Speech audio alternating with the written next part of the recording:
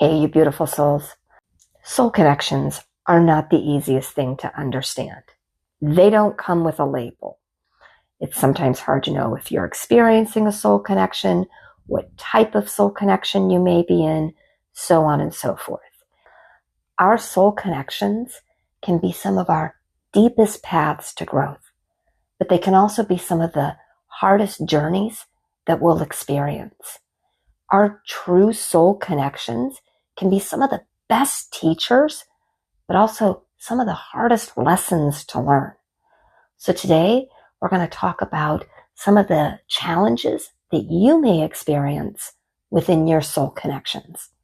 So to anybody who's never been here before, hi, I'm Elizabeth Blackwell, and I've spent well over a decade of my life so I can help others set sacred space and find their highest and greatest self. So let's get into this conversation about some of the challenges that you may find within your soul connections. If you are questioning whether or not you are in a soul connection, I will link in a card above, as well as the description box below, a video that will give you the signs that you may be experiencing a soul connection. But once you believe that this is what type of relationship you are experiencing, it can come with its own special set of challenges that tend to be different than other sorts of relationships. So today, that's what we're going through. Some of the challenges that you may experience when you're in a soul connection, and then how to deal with those challenges. As I get into this, if you feel like this video is aligned with you, please consider hitting that like button. It really does help out small channels like this. Or if you feel like you resonate here, consider subscribing as well, because this channel is all about helping us to get to our highest and greatest self. One thing that I want to point out before I get into this list of challenges that you may experience is that if you are in a true soul connection, you are in it with another person, clearly.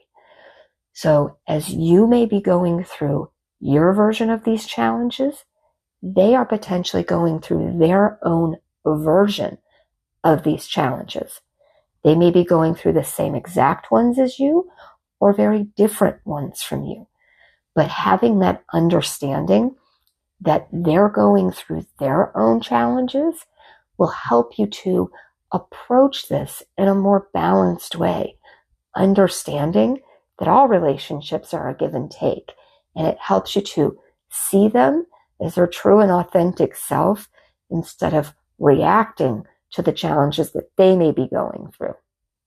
One of the first things that you may experience within your soul connections can be both a blessing or a curse, which is the intensity of the emotions that you experience. You may have never had this strong of emotions with another person before.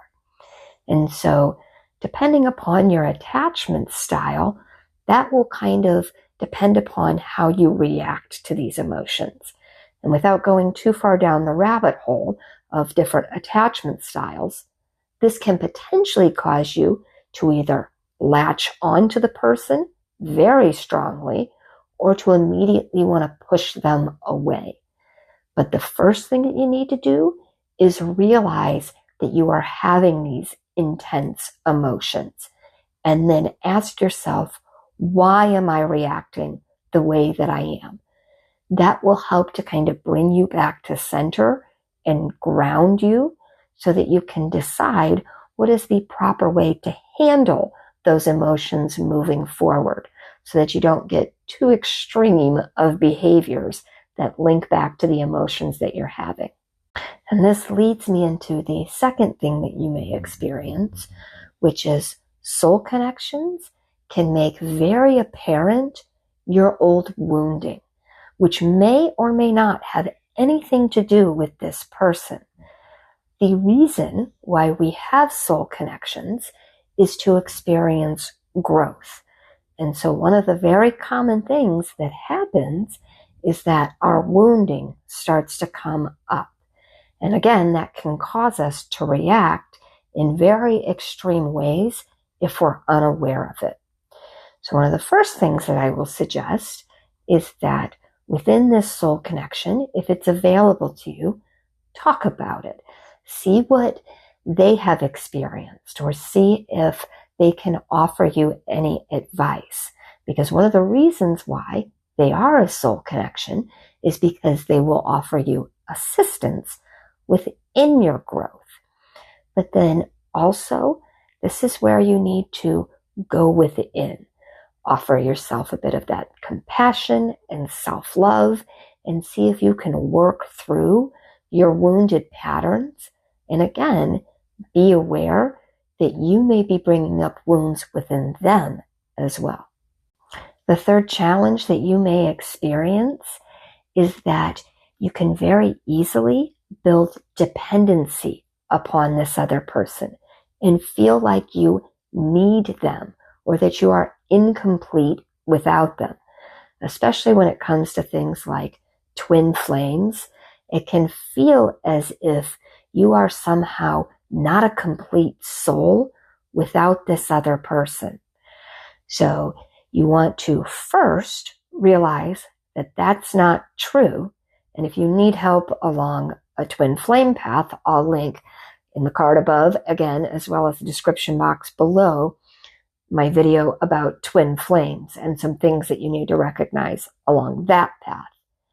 But if you are starting to build dependency upon this person, you need to, one, realize that you're doing it, but then also go into why are you doing it?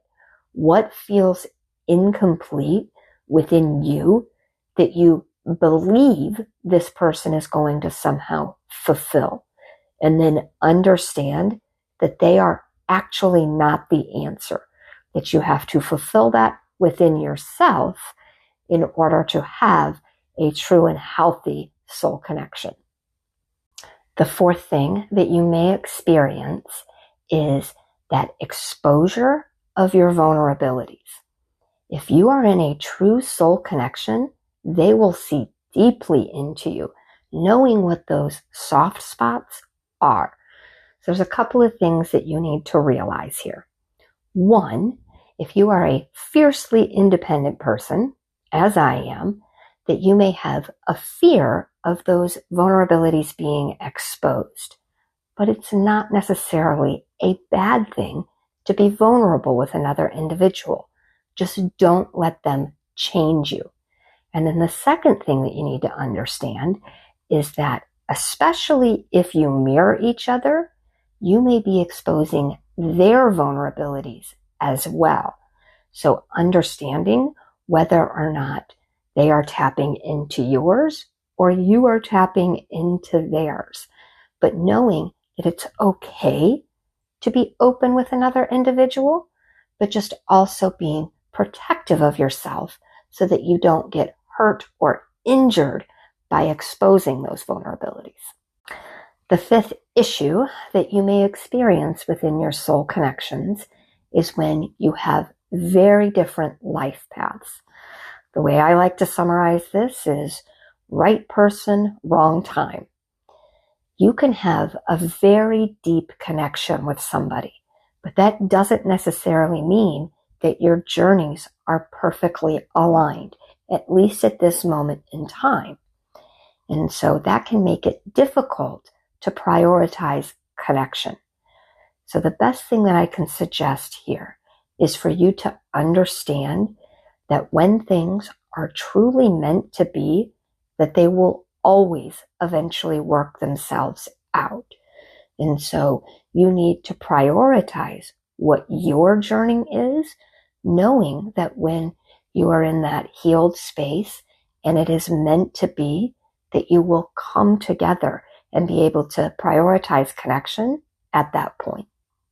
Number 6 can happen in any relationship, but becomes very apparent within soul connections, which is you can have very different communication styles. And this can cause significant blocks or issues within the connection. And so this is what I recommend here. 1, be an active listener.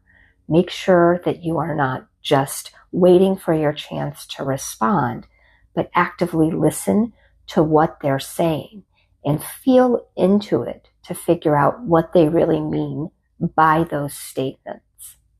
You need to have patience with them as well as yourself and watch their nonverbal cues in order to kind of bring together your communication.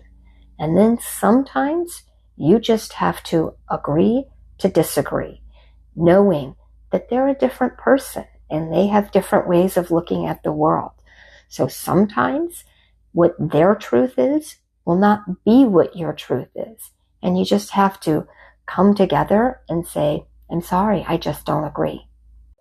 Number 7 is when you experience separation and reunion cycles.